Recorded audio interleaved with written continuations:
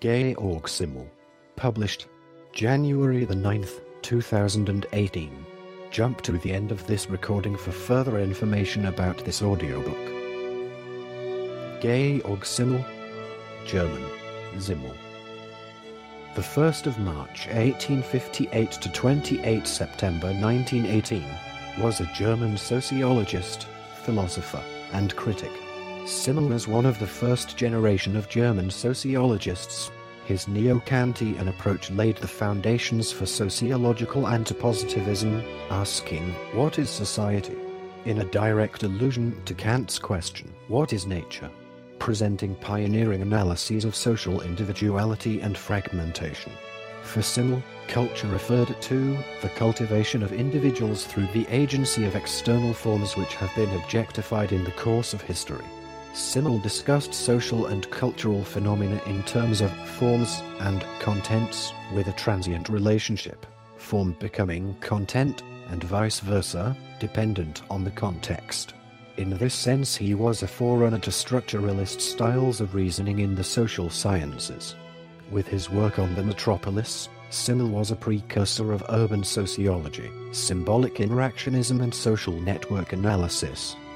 An acquaintance of Max Weber, Simmel wrote on the topic of personal character in a manner reminiscent of the sociological ideal type.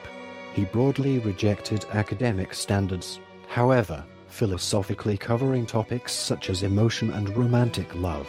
Both Simmel and Weber's non-positivist theory would inform the eclectic critical theory of the Frankfurt School.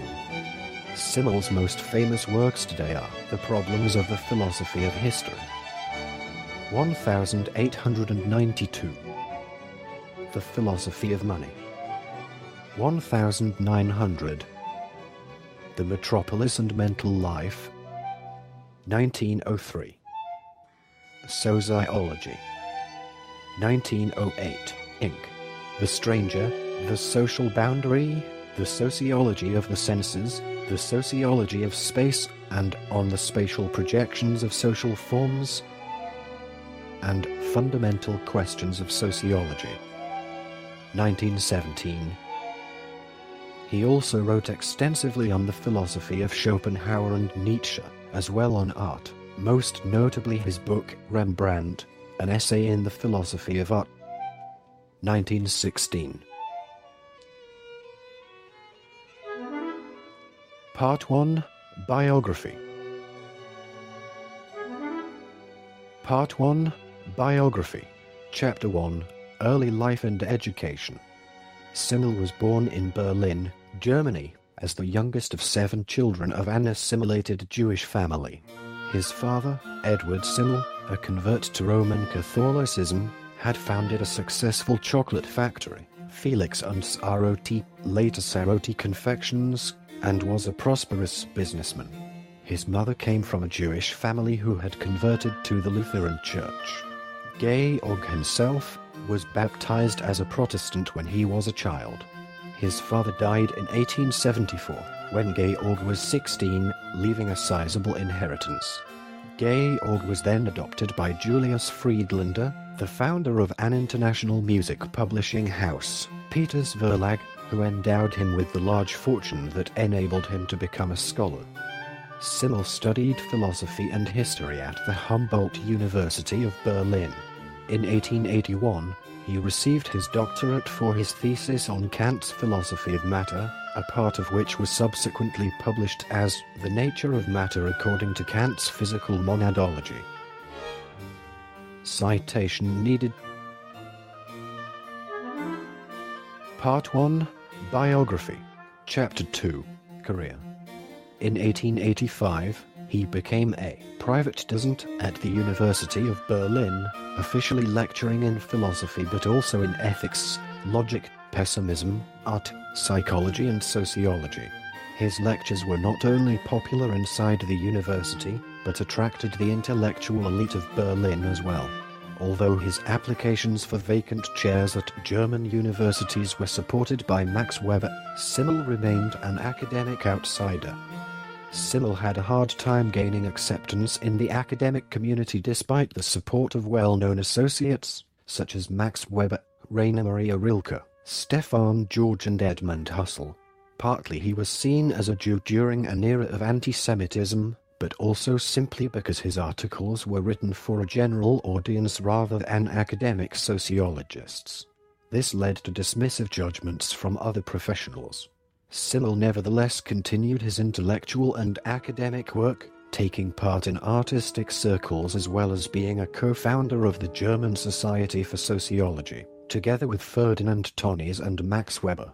This life at the meeting point of university and society, arts and philosophy was possible because he had been the heir to a fortune from his appointed guardian. Citation needed. Only in 1901 was he elevated to the rank of extraordinary professor. Full professor, but without a chair. See the German section at professor.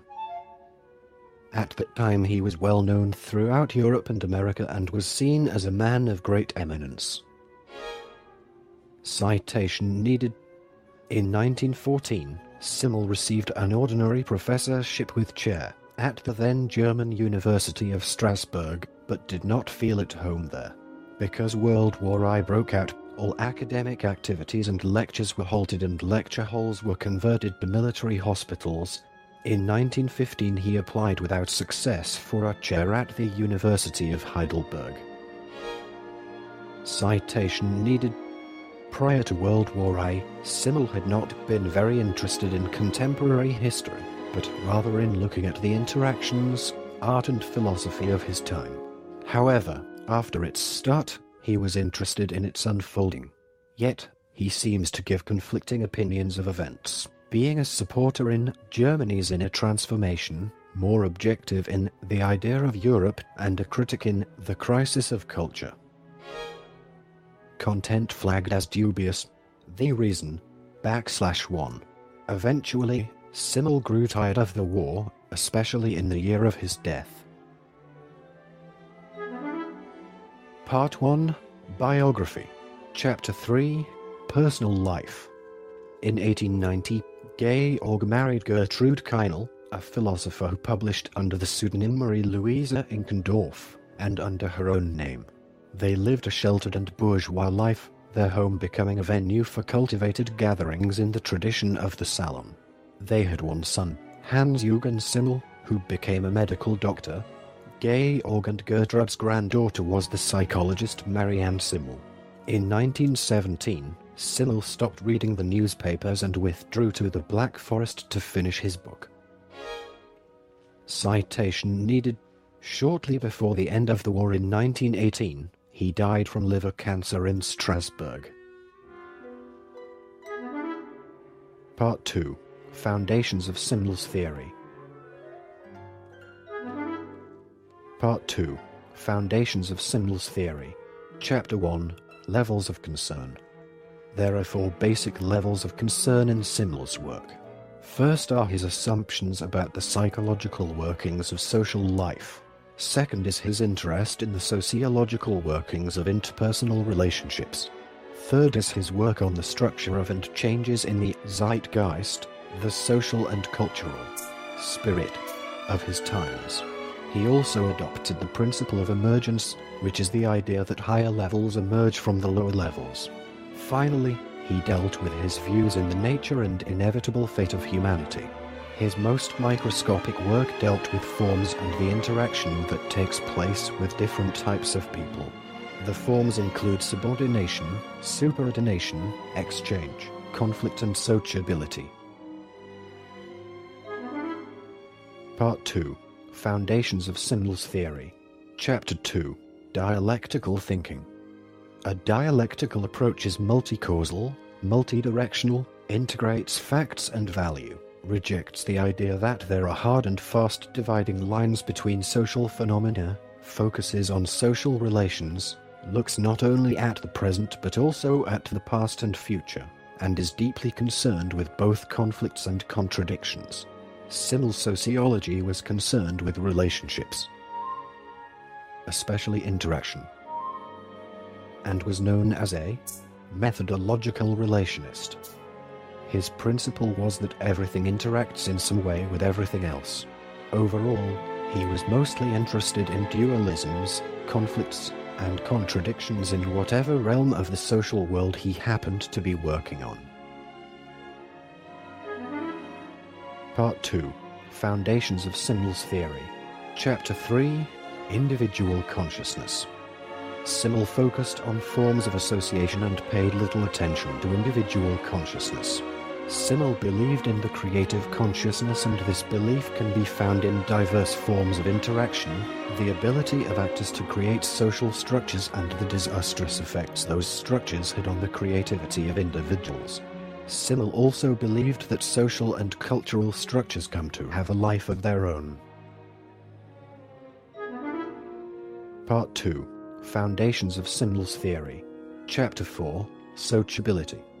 Simmel refers to all the forms of association by which a mere sum of separate individuals are made into a society, which he describes as a higher unity composed of individuals. He was especially fascinated, it seems, by the impulse to sociability in men.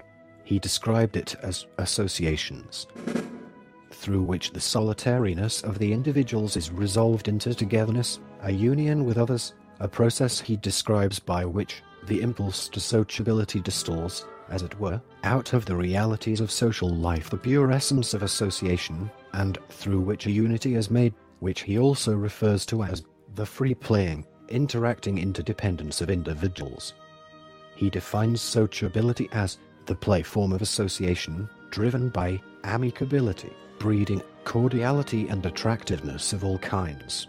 In order for this free association to occur, he says, the personalities must not emphasize themselves too individually, with too much abandon and aggressiveness.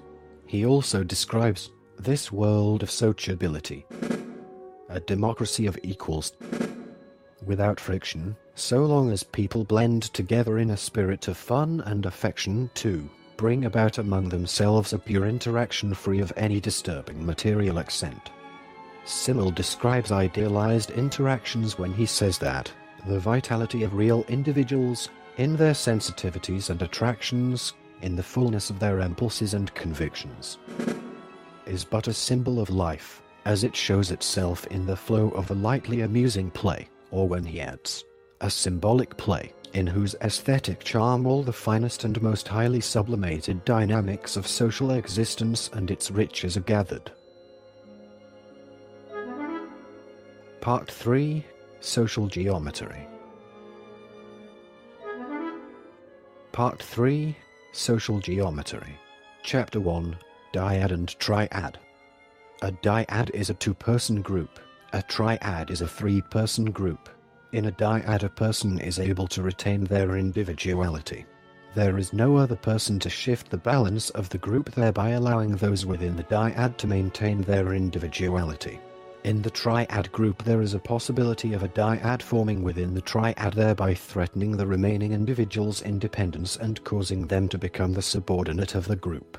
This seems to be an essential part of society, which becomes a structure. Unfortunately, as the group structure becomes increasingly greater, the individual becomes separated and grows more alone, isolated and segmented. Simmel's view was somewhat ambiguous with respect to group size. On one hand, he believed that the bigger the group, the better for the individual. In a larger group, it would be harder to exert control on individual, but on the other hand, with a large group, there is a possibility of the individual becoming distant and impersonal. Therefore, in an effort for the individual to cope with the larger group, they must become a part of a smaller group, such as the family.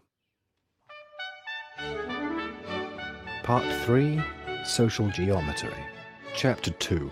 Distance. The value of something is determined by the distance from its actor. In The Stranger, Simmel discusses how if a person is too close to the actor, they are not considered a stranger, but if they are too far, they would no longer be a part of a group. The particular distance from a group allows a person to have objective relationships with different group members.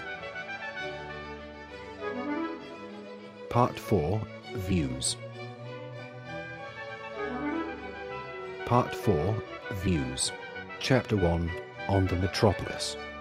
One of Simmel's most notable essays is The Metropolis and Mental Life. Die Großstadt und das Geistleben. From 1903, which was originally given as one of a series of lectures on all aspects of city life by experts in various fields, ranging from science and religion to art. The series was conducted alongside the Dresden City's exhibition of 1903. Simmel was originally asked to lecture on the role of intellectual or scholarly life in the big city, but he effectively reversed the topic in order to analyze the effects of the big city on the mind of the individual. As a result, when the lectures were published as essays in a book, to fill the gap, the series editor himself had to supply an essay on the original topic. Citation needed. The Metropolis and Mental Life was not particularly well received during Simmel's lifetime. The organizers of the exhibition overemphasized its negative comments about city life, because Simmel also pointed out positive transformations. During the 1920s, the essay was influential on the thinking of Robert E. Park and other American sociologists at the University of Chicago, who collectively became known as the Chicago School. It gained wider circulation in the 1950s when it was translated into English and published as part of Kurt Wolff's edited collection, The Sociology of Georg Simmel. It now appears regularly on the reading lists of courses in urban studies and architecture history. However, it is important to note that the notion of the blasé is actually not the central or final point of the essay, but is part of a description of a sequence of states in an irreversible transformation of the mind. In other words, Simmel does not quite say that the big city has an overall negative effect on the mind or the self, even as he suggests that it undergoes permanent changes. It is perhaps this ambiguity that gave the essay a lasting place in the discourse on the metropolis. Citation needed. Quote, "The deepest problems of modern life flow from the attempt of the individual to maintain the independence and individuality of his existence against the sovereign powers of society, against the weight of the historical heritage and the external culture and technique of life. The antagonism represents the most modern form of the conflict which primitive man must carry on with nature for his own bodily existence. The 18th century may have called for liberation from all the ties which grew up historically in politics, in religion, in morality and in economics, in order to permit the original natural virtue of man, which is equal in everyone, to develop without inhibition. The 19th century may have sought to promote, in addition to man's freedom, his individuality, which is connected with the division of labor, and his achievements which make him unique and indispensable, but which at the same time make him so much the more dependent on the complementary activity of others. Nietzsche may have seen the relentless struggle of the individual as the prerequisite for his full development, while socialism found the same thing in the suppression of all competition, but in each of these the same fundamental motive was at work, namely the resistance of the individual to being leveled, swallowed up in the social technological mechanism." Georg Simmel, The Metropolis and Mental Life, 1903. Part 4, Views. Chapter 2, The Philosophy of Money. In this major work, Simmel saw money as a component of life which helped us understand the totality of life. Simmel believed people created value by making objects, then separating themselves from that object and then trying to overcome that distance. He found that things which were too close were not considered valuable, and things which were too far for people to get were also not considered valuable.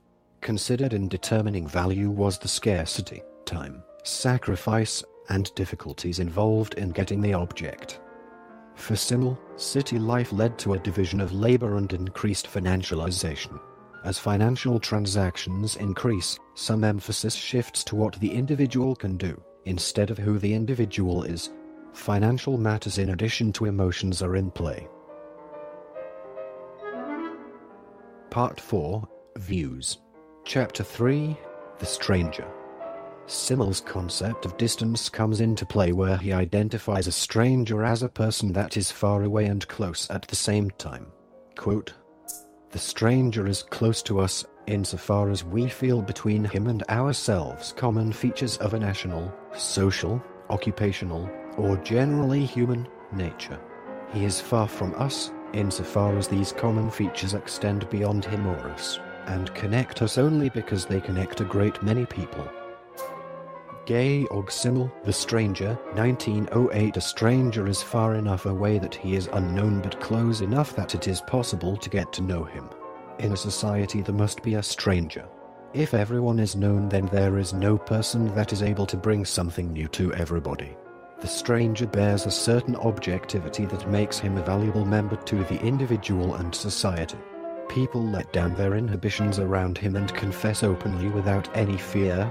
This is because there is a belief that the stranger is not connected to anyone significant and therefore does not pose a threat to the confessor's life.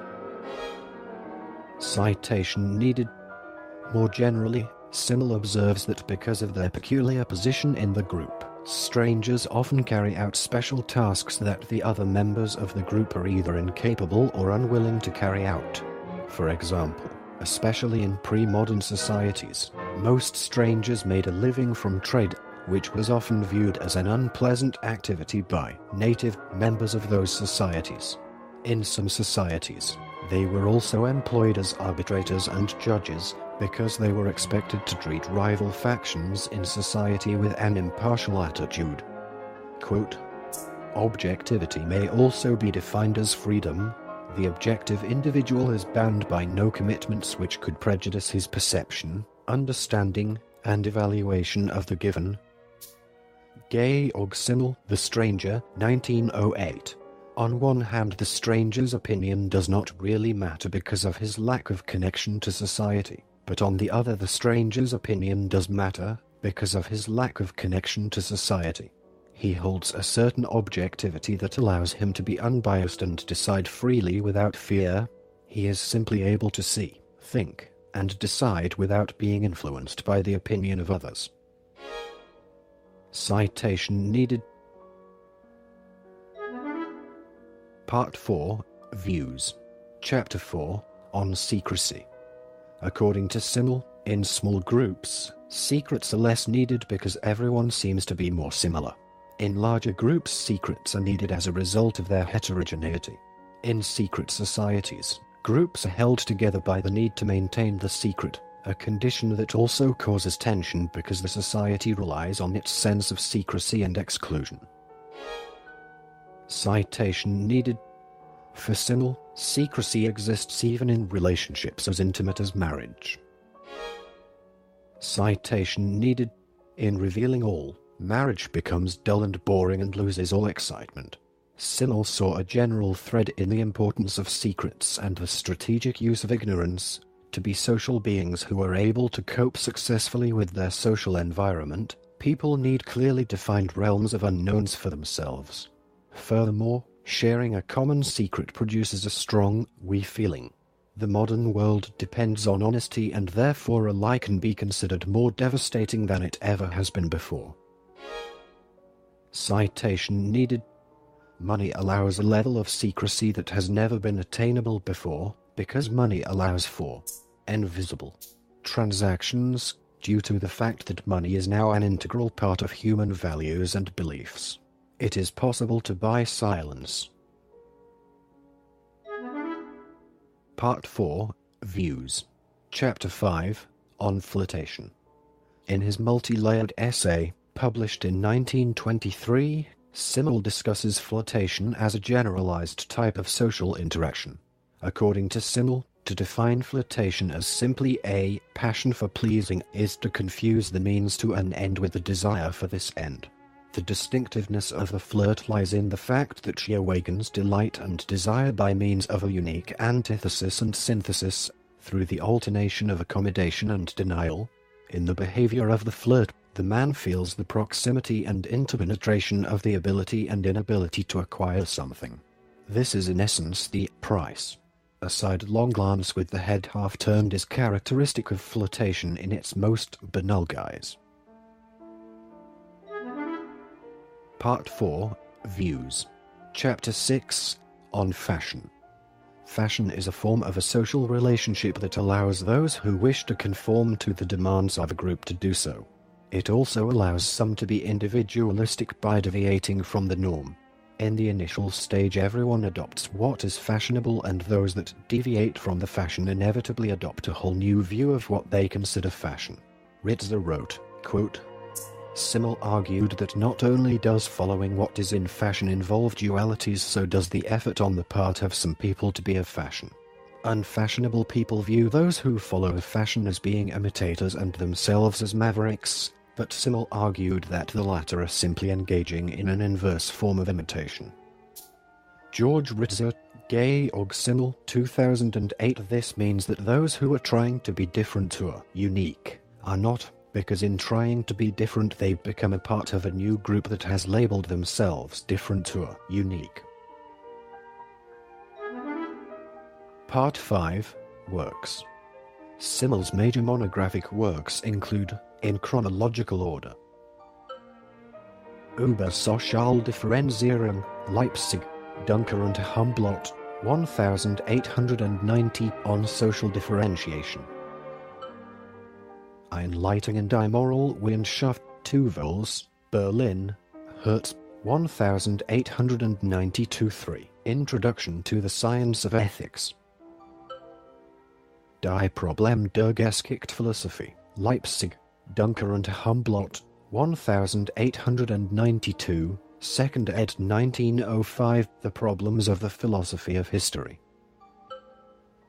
Philosophie des Gelds, Leipzig, Duncker und Humboldt, 1900, 2nd ed. 1907, The Philosophy of Money. Die Grosstake und das Geistleben, Dresden, Petermann, 1903, The Metropolis and Mental Life. Kant, Leipzig, Duncker und Humboldt, 1904, 6th ed. 1924. Philosophie der Mode, Berlin, Pan Verlag, 1905. Kant und Goethe, Berlin, Marquardt, 1906. Die Religion, Frankfurt am Main, Rutten and Loning, 1906, 2nd ed. 1912. Schopenhauer and Nietzsche, Leipzig, Duncker und Humboldt, 1907. Schopenhauer and Nietzsche, University of Illinois Press, 1991. Sociology, Leipzig, Duncker und Humboldt, 1908. Sociology, Inquiries into the Construction of Social Forms. Hauptproblem der Philosophie, Leipzig, Goshen, 1910. Philosophische Kultur, Leipzig, Krone, 1911, 2nd ed. 1919. Goethe, Leipzig, Klinkhardt, 1913.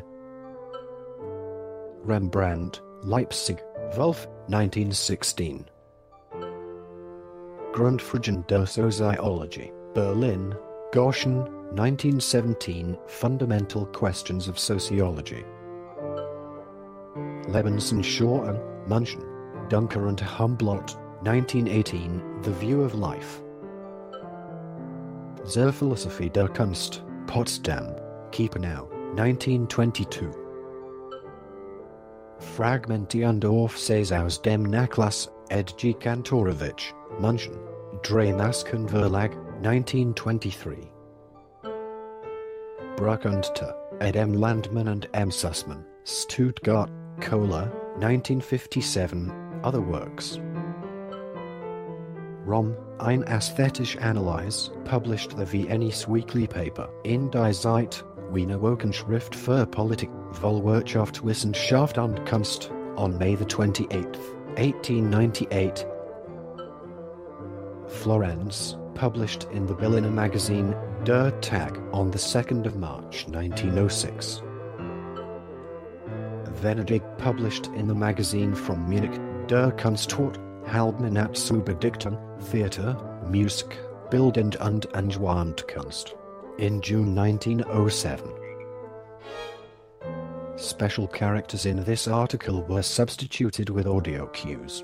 They were denoted as follows: and, beginning and ending single or double quotations, and, left and right parentheses, a bullet point, an M dash, 3 consecutive periods. This recording is a derivative work from Wikipedia. For more information, to commission recordings like this, and to support the developer, please visit www.patreon.com/frogcast.